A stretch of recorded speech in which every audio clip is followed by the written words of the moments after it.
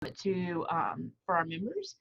And I believe that we are ready to get started. Oh, there is a chat box. So if you have a question as we go along, if you just type that question in the chat box, Carrie and I will be monitoring that, and we can ask that for you, or someone on the call that may be able to answer that in the chat box may be able to do that. So, all right, with that all that being said, let's get started. Carrie, do you want me to say the first question, or do you? Sure, go ahead.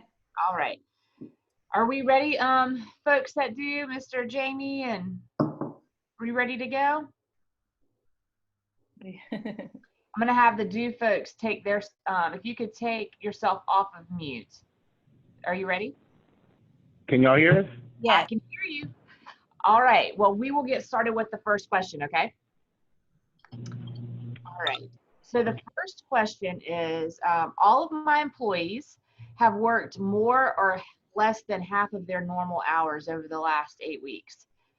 I'm not as concerned about the part-time employees as much as I am the full-time employees who have worked 20 hours or less for the last 5 weeks. Is there any way for those employees to collect partial unemployment for that time period? This is Jamie, and I'll take that question. There's a lot of factors that go into this, and I won't give a blanket response, but I will say that I know they may have reduced hours, but it's still about the earnings that they may have earned during that period of time that would contribute to whether they'd be eligible or not, or have excessive earnings and receive no benefits. As far as the 5 weeks, my question would be to the employer, did you file on behalf of them, or did they file individually? So those are two things that we would like to consider, because if they file for themselves, they're basically asking us to go back and give them credit for previous weeks. Normally with the employer file claims process, there's a 2-week period of time in regards to the employer filing for their employees. So again, if you all could collect that information from the employer, we can research their account for them and provide more specific information associated with the individuals that have not collected unemployment. Okay. All right. So if we have the person on the call who actually did ask that question, we can collect that information offline and hopefully get those answers for you. All right, we're going to go to the second question. And so the second question is, what is the best way to set up an employer account? I've read the instructions on the website, and it is confusing to me when I sit down to set it up, and I've been unable to speak with a representative to help. I'll second that emotion on this question. So who wants to take that one? So we'll speak to that as well. This is Jamie, and it's kind of hard to answer this because we're actually operating out of 2 systems. And I think the most important system that's critical is our tax system, which is, we refer to it as SUTS, our State Unemployment Insurance Tax System. And that's the system of records. And normally individuals that are responsible for reporting information to us on a quarterly basis would have to create an account and register through SUTS. And they would establish that relationship and provide us with who would be responsible for providing tax information to us, as well as who would be responsible for providing benefit information to us. And that would be through our SUTS system. As far as the best way to create that account, that system is very intuitive. It's very easy to go in and establish that information. And if that individual can't do it on their own, they can contact us and we can assist with them registering their account. The other system that we can refer to is our benefit system, which we refer to as Scooby. And if that individual is trying to establish an account within Scooby to provide information to us, we have put a great deal of tutorials, guides, videos on the website that are click-through instructions on how to establish that account both in SUTS and in Scooby. And if they're unable to do that, then there's ways that we can assist them in doing that. But I would encourage them to look at the videos on our YouTube and navigate our website because it's very transparent in regards to step-by-step on how to establish those accounts. All right. So I'm going to ask a follow-up question to that question that I know that we have some folks that are asking me about. So you mentioned that if they were having trouble with the SUITS program or the second program, that they could contact you to ask the question. Who exactly do they need to contact? Because I think that one of the overwhelming themes in this is that folks are having a hard time contacting the right person. And so when they're having a question, they just don't know who exactly can answer it. So can you kind of, I know we're early in on these questions, but if you could provide some feedback on that clarification. Okay, so what we have right now is a dedicated contact center. And within our dedicated contact center, we're answering all questions associated with benefits and tax. So whether it be tax related or benefits related, coming through our IVR and getting to a dedicated customer service rep would allow for us to guide them to the appropriate staff that could help them, whether it be benefits related or tax related. One of the challenges, and we know that you all are aware, is the load and the volume of individuals trying to access us through the contact center. So we're going on close to 6 to 7 weeks of significant volume coming into the contact center. And it has been something that we've continued to modify and change. I think at the onset, we had 50 dedicated representatives to help individuals. Now I think we're well over 450 individuals staffing our contact center that are able to provide some type of relief and resolution. We are aware that individuals at some point in time were experiencing a great deal of wait times trying to get to us, but it was really about load and individuals trying to get to us. Normally, outside of a pandemic, we have a multitude of entry points into the agency, whether it be walking into a SE Work Center, emailing, but I think right now everything has been funneled directly to the IVR and the dedicated contact center. So we're trying our best to navigate that load issue, but it still is the best mechanism to get someone to provide some type of relief or some type of resolution to your inquiry is through that contact center. I hope I answered your question. Thank you very much for that. Thank you. All right, I'm going to the next question. And this question has 3 little subparts, so bear with me here. When is an S Corp owner considered unemployed? Are they unemployed if they have receivables for work performed but don't know if they will be paid? Or are they unemployed if they aren't able to pay themselves or choose not to because they have other bills that need to be paid? Or do they prove unemployment by showing the cessation of paychecks? Hey, good morning. This is Todd Simmons. I can take that one.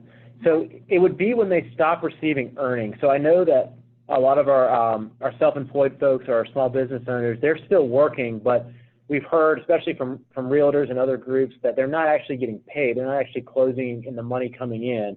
So you would be unemployed in that scenario.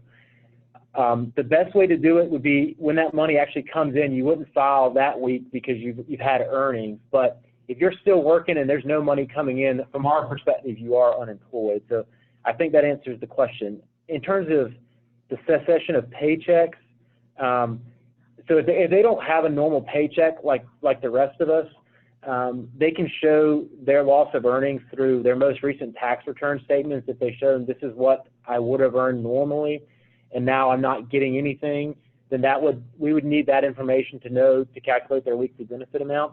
If they haven't filed their taxes yet, we can take business bank statements or anything else that would show what they were earning or what they earned in prior quarters.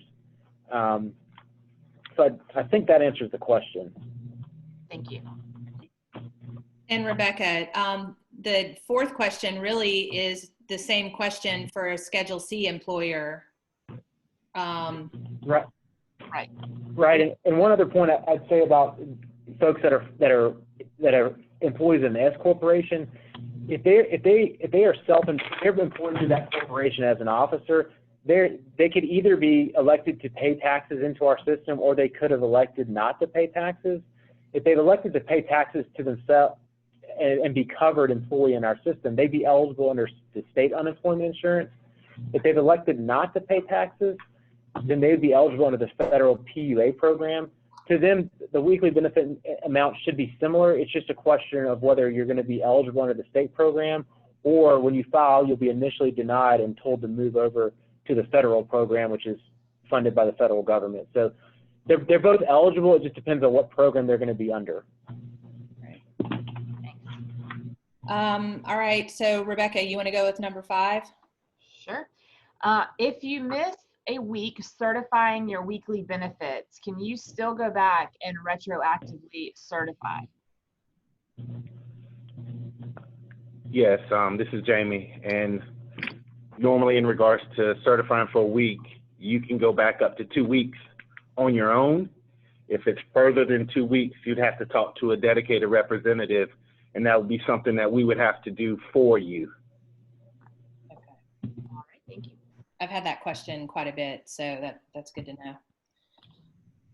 Okay, so the next question we've got, if I filed for unemployment and have not received a check yet, and my employer received PPP and wants me to return to work, will I have to return the money, or will I not receive a check at all?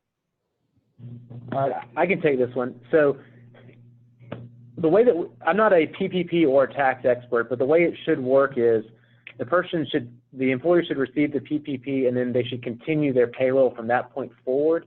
And if that's the case, they will not have to return any of their unemployment, and they could still, if they haven't gotten the money yet, they could still continue the process, and hopefully we'll get to them and pay them out. They're not going to have to return any money. The only caveat to that is if the employer does something like pay them out back pay of the weeks that they've missed and then continue them on with a salary continuation as well. And in that case, there may be a potential issue if they're getting wages from their employer that represent the period of time in which they drew unemployment. That could be a potential issue. But no, if the employer just gets the PPP loan and continues their salary from that point forward, there should be no conflict with their unemployment insurance. All right, good, thank you. All right, the next question is, if I am receiving unemployment currently, do I have to return to work because the restaurants have reopened and my employer has asked me to return, even though I do not feel safe? Right, and this is a common question, and it's a difficult question. I know it's especially this early in the process, people have questions about how all this is going to play out. The short answer is yes. A generalized fear is not going to be enough to not return to work and still draw unemployment insurance.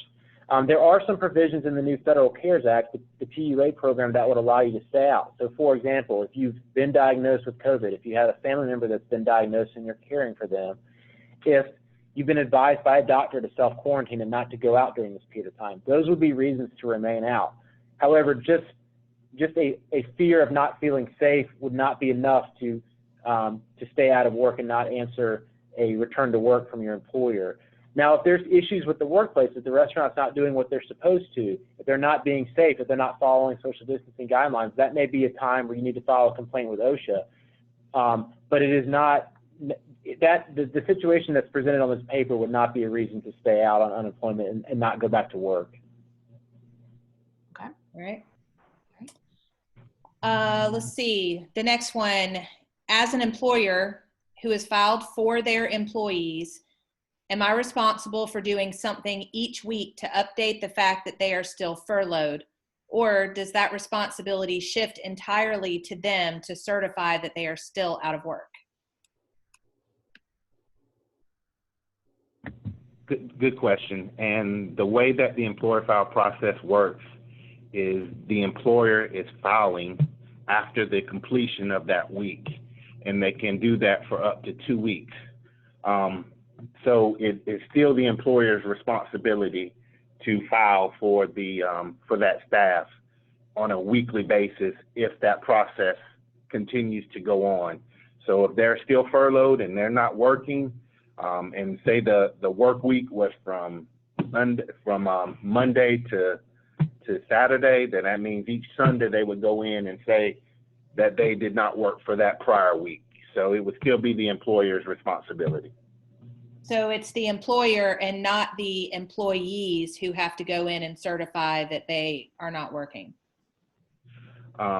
It's two steps. The employer would file for them, but to certify each week is still the employee's responsibility. So they still need to go out there and complete that certification and say, hey, I'm still available. So it's a two-part process. The employer files the week, and then the employee certifies the week. Okay. All right. All right, the next question is, how can we reach a live person at the Department of Employment and Workforce in order to ask questions about our specific claim?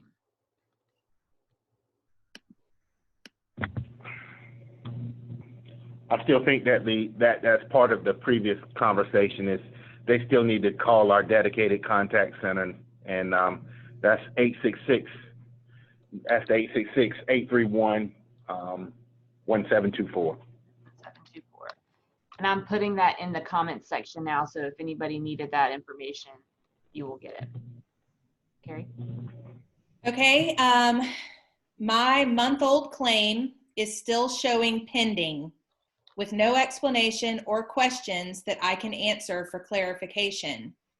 How can this issue be resolved if we don't know what the issues are? That's a difficult question to answer over this call, but again, that's one of the things we'd be willing to, if you gather that information, we could potentially look at that offline.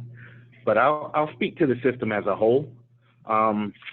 Sometimes a pending issue does show that there's activity that's needed for that account, but that activity might not be on the responsibility of the individual that filed. It may be work that we need to do, and we have not gotten to it yet. So again, there may not be anything that you can even do at that point in time, and the responsibility may be on us, and we just have not gotten to it yet. I'll speak to some timelines and timeframes. Ideally, we have up to 21 days for an individual to receive a decision in regards to eligibility. Due to the volume and the complexity of the type of claims coming into the system right now, we're trying our best to work through the volume that we have. But I do think that that's part of the answer is there may not be anything left for that individual to do, even though it's showing in their portal as something that's pending. All right. How do I find out if I am qualified to receive benefits when you can't talk to anyone at DO about your unique employment situation? The application has sets of answers that you are forced to select from. Can you kind of respond to that? Oh. Yeah, this is Jamie. I guess I'm under the impression that they have or have not filed because, you know, that's part of the process. Get a claim out there, and I know that it's not a easy process.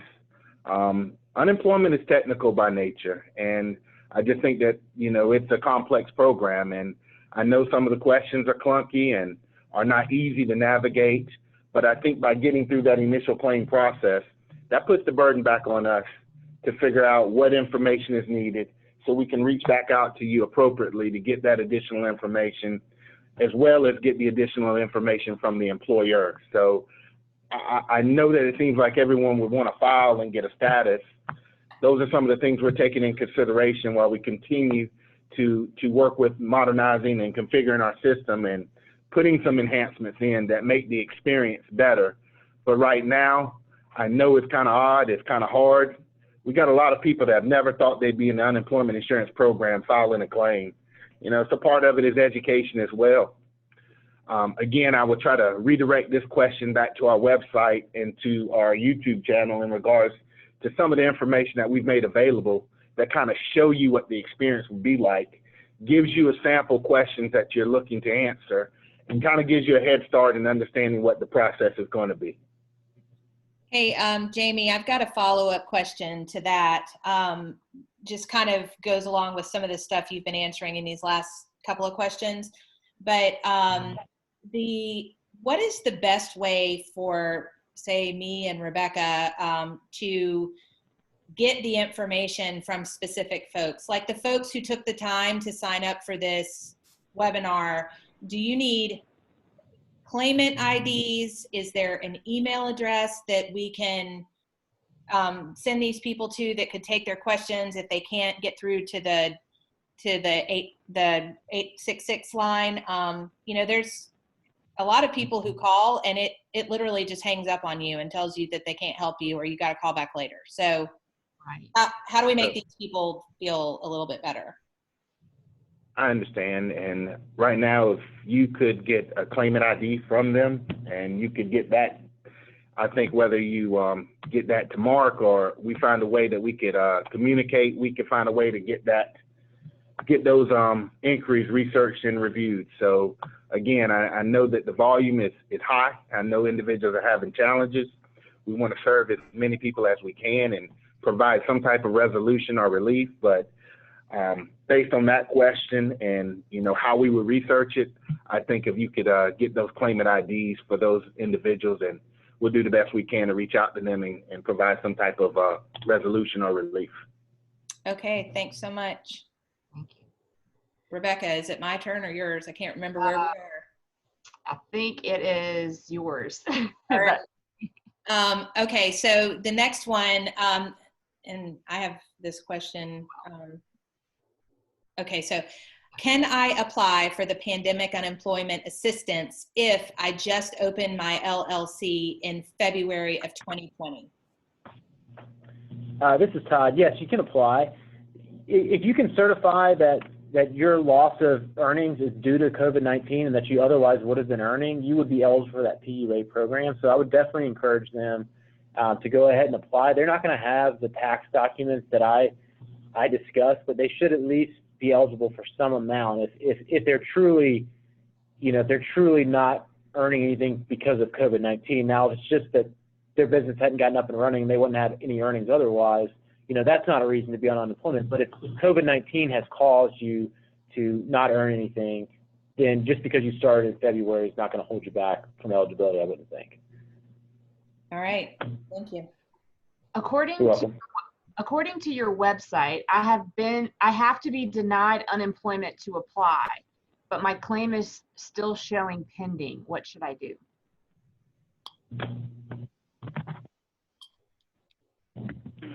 So I'm assuming I'm assuming that they've already filed for standard regular UI and been denied, and now they've gone ahead and filed for pandemic unemployment assistance, and now that pandemic unemployment assistance claim is in a pending status, and that's really just about timing and us working through, you know, the claim and getting a decision made so those individuals can receive benefits.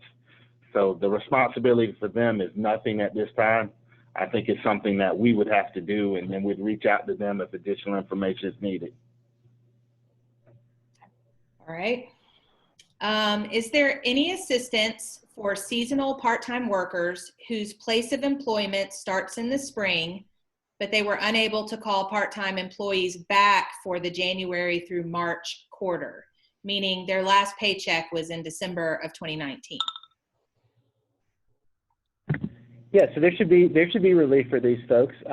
One of the reasons for eligibility under the Federal CARES Act, the PUA program we keep mentioning, is that you're unable to start work as a result of COVID-19. So they would be eligible for that if they're not eligible for regular state UI. If they've got other employment, they might be eligible for state UI based on their wages that they've got in our system. But one way or another, they should certainly file a claim and see which program has money available to them.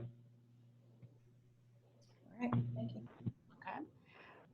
And this next question we kind of talked about when we first started, but just to clarify, if a person works part-time, can they apply for unemployment? Yes. They can.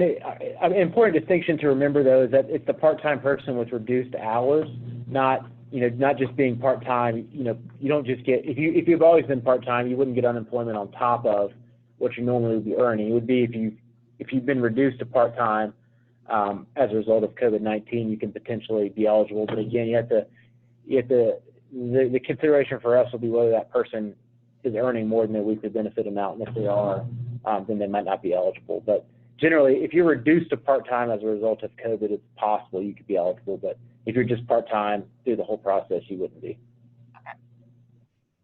All right. So this one wants to know exactly when the PUA is going to be released. They've been waiting for 4 weeks, some of their employees 7 and 8 weeks. So PEUC. Yes. Yeah, the PEUC program is one that we're working right now very closely with our vendor to configure our system to make sure that those changes that were implemented by the provisions of the CARES Act have actually been configured in our system. So those individuals that may have exhausted or been ineligible for some other type of reason may be eligible for that. And we were looking to roll that out mid this month. So around the 22nd of this month was our goal to have the PEUC program rolled out was our goal. So we're working tirelessly to reconfigure our system so we'll be able to adapt to those provisions within that program. Okay, thanks. All right, my benefits are running out in 1 week. I have been unemployed since December of 2019, and now that there are tens of thousands of more people in the job market, it is even harder to find a job. Will my benefits be extended under the CARES Act? Yes, potentially under that PEC program that Jamie just mentioned, they would have an additional 13 weeks of benefits if assuming they remain unemployed. I mean, it's not just an automatic 13 weeks. You have to actually, obviously be unemployed for that whole period. But there is a potential period that's opening up to folks who may have already used their 20 weeks of state unemployment. All right. Next one, will you have to pay taxes on the PUA portion of monies received along with your unemployment monies you get weekly? Yes, they will have to pay taxes on that money, 17%, 10% federal, 7% state. You can either elect to have it taken out up front or you can pay it at the end of the year, but those benefits are taxed. Okay.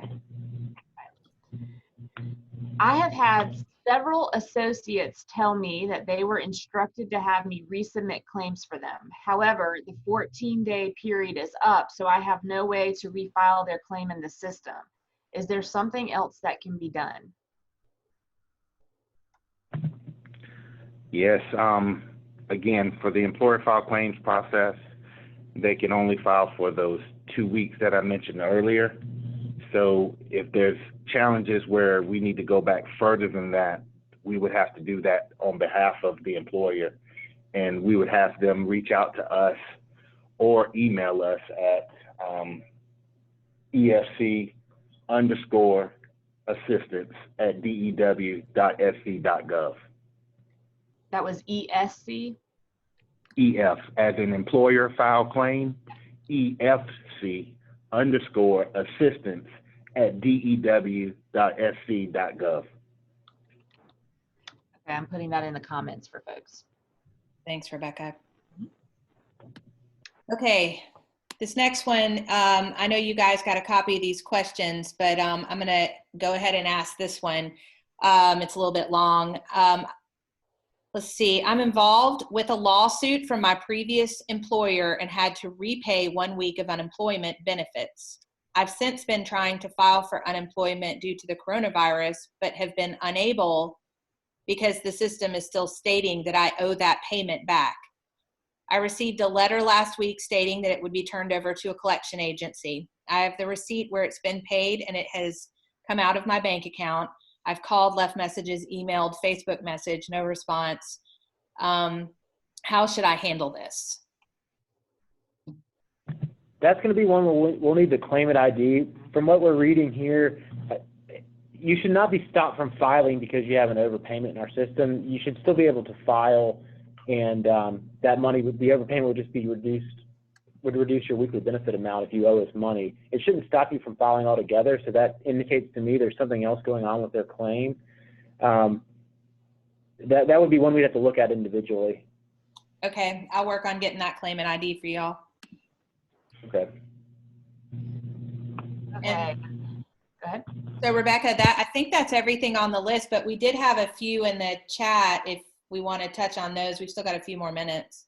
So we have a few more questions that were asked that were added on that second email. Did you get that? I probably did, but you go ahead. Okay. I'm going to ask a couple more that have come in that have not been asked. For business owners, for business owners, can you take both unemployment PUA and PPP money? If not, how do we properly stop taking unemployment benefits? So I think the answer might be slightly complicated, but you could not take PPP money and pay yourself and then also collect unemployment at the same time. You could not do that. You can take PPP and pay your employees, and then, but you can't receive money from both sources in the same week. But you could do one or the other if you're lucky enough to get PPP. I think is the best way to answer that question. In terms of how not to get UI, you would just stop filing. So if you are the business owner and you've been receiving money under the PUA program as a self-employed person, you would just stop filing your UI claim each week. If you've done an employer filed claim for a group of employees and now they're getting PPP money as a payroll continuation, you would just stop filing that employer filed claim for any week that you pay them under the PPP. Okay. And then the last question I have on this list that has not already been asked and answered, from an employer perspective, if my furloughed employees choose not to return to work when they're offered their job back, what should I do as an employer? Yeah, so they should let us know that. You could either upload the information to your employer portal, or if you go to our website, we've got a form there that you would fill out, and you would basically say, here's the schedule that I offered them, here's the rate of pay, and a few other details that you might expect, and then you sign that and send it to us, and that'll start the process of our department looking into it and saying, contacting the claimant and saying, you got an offer of work. If you got it, it's a suitable offer, you need to go back to work, or your benefits might be stopped, but it'll trigger that process. But the employer does have to come to us and tell us so-and-so refused the offer and complete the paperwork. Okay. All right. Yeah, you do not have the option of staying out on unemployment or working. Not their choice. I have a question that was sent privately to me. I'm going to ask real fast. Is it true that if you have an application number that begins with the number 3, that you need to refile? My application number starts with the number 3. We have not heard of that. That doesn't seem to be a broad rule that any of us have encountered. Okay. All right. Do you want to try these on the chat? We've still got just a few minutes left, and there's a few questions. One of these, I'll try to get through this because I think there's a few little typos to it, but it says, could you explain what a self-employed claimant does with the request for information from employer and last quarter wage report? How do they correctly answer? Do they go through each page or say NA? With that, should they send their most recent Schedule C and a P&L for the period? What's the formula that DO uses for the base wage for self-employed claimants? Right. So, yes, they can send us in the Schedule C to show their earnings. They can either, for the forms they receive, if they've been paying themselves a salary, then that would be what they need to report on that paperwork. And if not, if the income's coming in some other way, they wouldn't need to fill that out. They could just say the owner. I believe that's how it works. It kind of depends on each person how they report their income, but that's kind of the general rule. In terms of how we calculate the amount for the self-employed, So it's a little bit of math involved, but it basically comes out to half of your average earnings. So if you know what you earned in a quarter, if you divide that by 26, that should give you a rough estimate as to what your state benefit would be. Of course, remember, up until July 31st, you've got the additional FPUC money, so it'll be $600 on top of whatever that calculation is. The minimum for PUA folks is 131 and the maximum is 326. So you're going to have to be, even if your math comes out outside of that window, you're either going to be, the lowest you could get under state is 131, the highest you get is 326. Okay. Will claimants lose unemployment if they can't access childcare? What documentation should the claimant be prepared to provide? Medical records, letter from the child care facility that is not open. What do they need to provide to you? Yes. So they will not be, if they don't have child care, they're not going to be eligible, or they may not be eligible under state UI because they're not able and available for work. However, the federal program does allow for benefits for folks who have child care barriers. They would need to self-certify to us, and that they have that child care barrier. Unless we ask for follow-up documentation, they don't need to send like a letter from their school or anything. We know when the schools are closed and when they're open. So that's kind of what we need from there. One thing to keep in mind though is if you're talking about school-age children, that eligibility under PUA is going to end once the school year ends. So we're only talking about child care closures as a result of COVID-19. Not just because the school year ends. It's a little bit different for daycare. If your daycare remains closed through the summer, you might be eligible if it's closed for COVID-19. But if your kids would already be out of school just because the school year's over, they're not going to be eligible for the PUA program if that's the only limitation there. Even if their regularly scheduled summer camp or summer program is also shut down? That's a different story. So if they've got some kind of child, it could be a daycare, anything like that. If it's closed because of COVID-19 and not just because it's the summer, yeah, you'd be eligible there. But I just kind of pointed out because most people are in the school-age children realm, so I just wanted to give that example as well. All right. Rebecca, I'll do this next one. As an LLC, could both owners get unemployment insurance benefits? We are not on the payroll, but we take a draw each month based on profit. We pay quarterly taxes.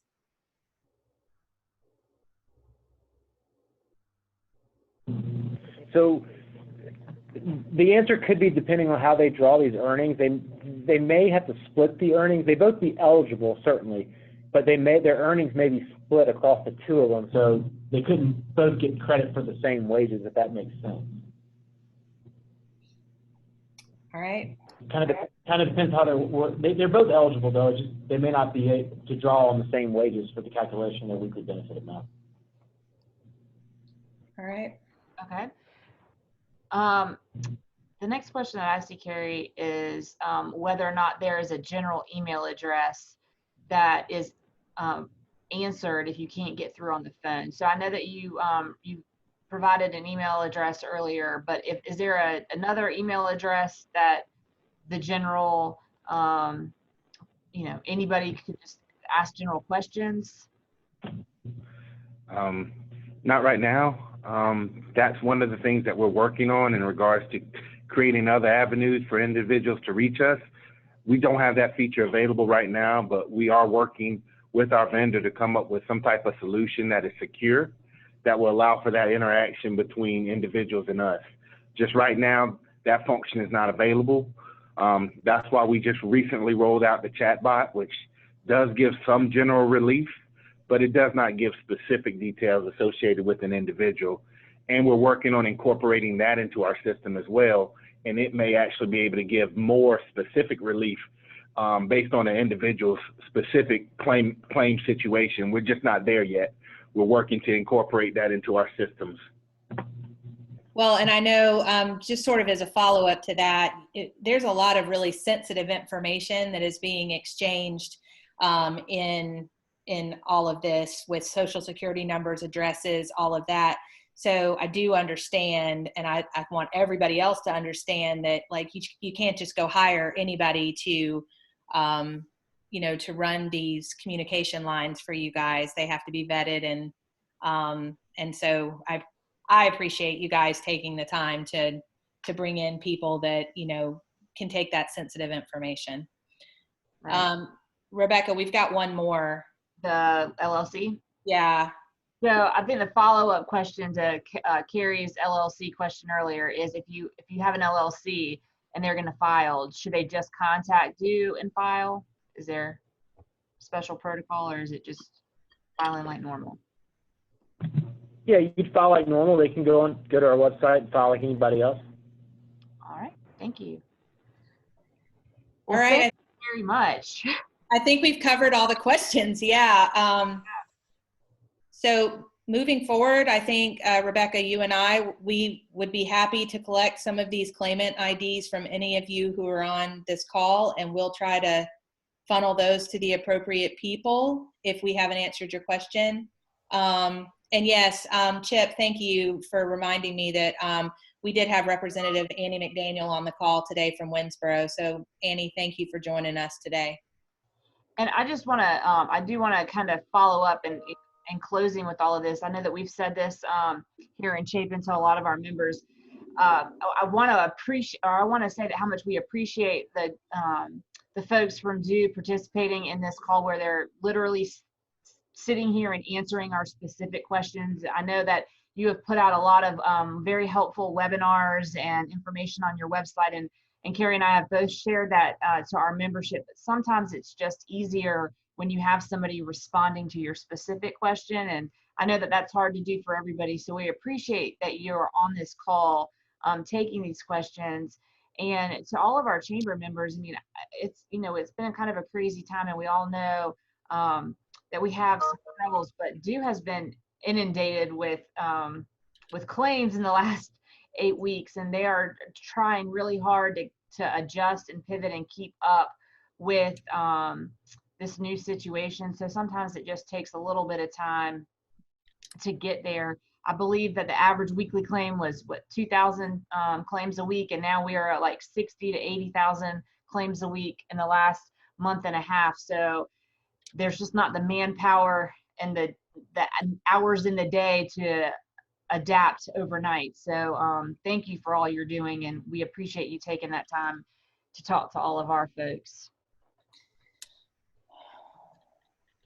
Yeah, you're welcome. We're happy to do it. All right, and Mark, I know you're on the line.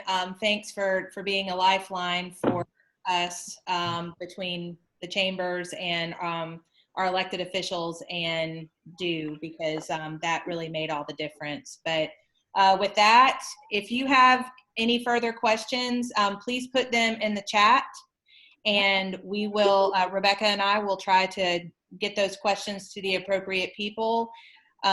Make sure you include your email address in the chat as well, so we know how to get back in touch with you. You got anything? Hey, Carrie. Yes, ma'am.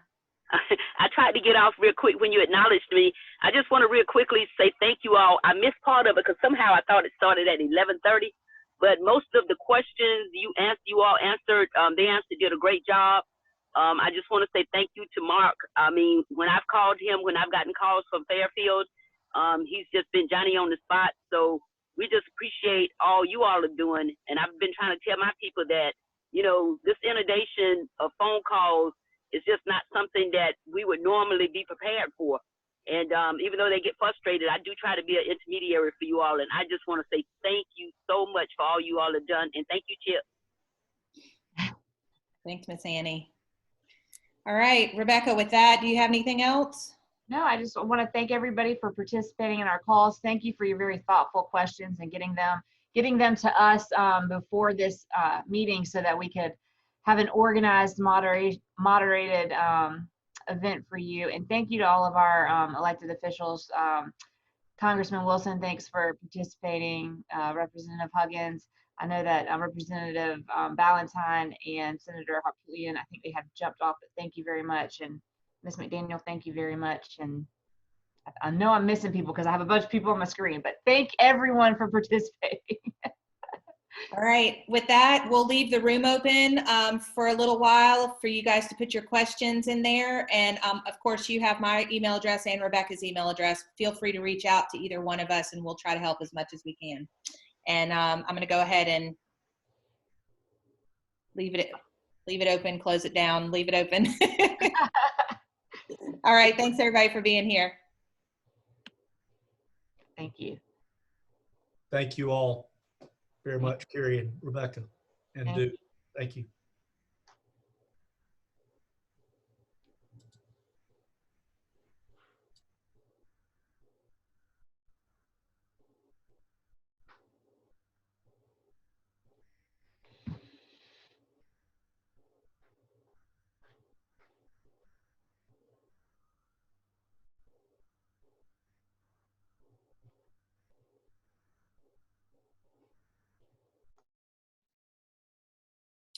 All right, is Jennifer Cannon still on here? I think she just You jumped just jumped off. Karen, you're still on here? All right. I'm still here, Carrie. Okay, Karen. I need you to email me your claimant ID, and then I'll send the information over to the due folks. I was just able to get online this morning after all this, but I don't know if I've been able to file the claim yet because they're still relating everything back to my previous employment. Okay. Just send that to me, and I can send your question over, and they can at least just give it a look. Thank you. Just email that over to me. I will do it. Thank you. All right. Thanks for jumping on. Did All you right. see, Jennifer Cannon's question? I could see that her questions were not answered. All right. Hey, are the due folks still on here? Jamie, Todd, are y'all still on here? I see the their box, but Yeah, I don't think they're still on. Okay. Do we have all the questions taken care of? so other than Jennifer's question was the claimant